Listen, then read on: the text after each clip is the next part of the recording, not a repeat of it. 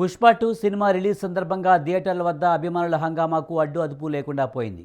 ముంబైలోని Gaiety Galaxy థియేటర్లో Allu Arjun Pushpa 2 the rule screening టైంలో ఓ వ్యక్తి మిస్టీరియస్ స్ప్రేను ఉపయోగించాడు.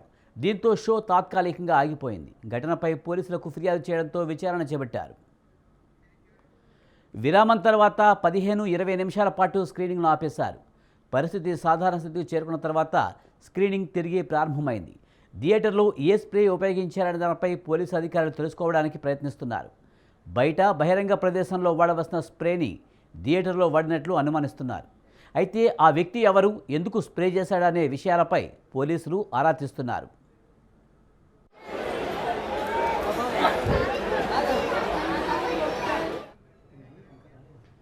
అభిమాన హీరోల సినిమాలు రిలీజ్ అయినప్పుడు ఫ్యాన్స్ థియేటర్లలో పేపర్లు ఎగరవేయడం, డ్యాన్స్ చేయడం, అరవడం కామన్.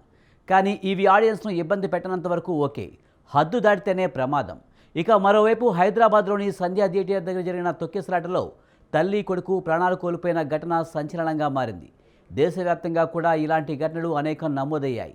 కొన్ని చోట్ల ప్రేక్షకులు థియేటర్లపై దాడికి పాల్పడిన ఘటనలు కూడా నమోదయ్యాయి.